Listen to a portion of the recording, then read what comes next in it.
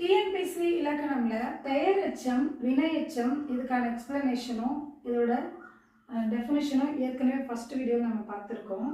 ஆனால் இந்த 2 கொஷினை நம்ம படித்து ஆன்சர் பண்ணும்போது நம்ம யூஸ் பண்ணுற ஜென்ரல் டிப்ஸு பெயரெச்சமாக இருந்தால் அந்த சொல்லுடைய கடைசி எழுத்துடைய சவுண்டு ஆ அப்படிங்கிற இடத்துல தான் முடியும். வினையெச்சமாக இருந்தால் அந்த சொல்லுடைய கடைசி சவுண்டு இ இல்லைன்னா ஊ அப்படி தான் முடியும். நம்ம ஆல்ரெடி படிச்சிருக்கோம்.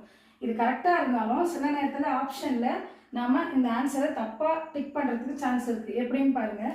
படித்த, பார்த்த, எழுதிய இது 3மே பெயரெச்சம் தான். ஏன்னா இது 3க்குமே ஒரு பெயர் போட்டால் மட்டும்தான் அது கம்ப்ளீட் ஆகும். படித்த பெண், பார்த்த பறவை, எழுதிய கடிதம். சரி, ஓகே. அதே ஆப்ஷனில் போலன்னு இருக்கும், அண்ணன் இருக்கும். அப்போ என்ன பண்ணுவீங்க? ஏன்னா போலங்கிறது பெயரெச்சம் இல்லை, போலங்கிறது ஒரு ஓமை உருவு. அப்போ இதை பெயரெச்சம் நினச்சி நாம அங்கே டிக் பண்ணக்கூடாது.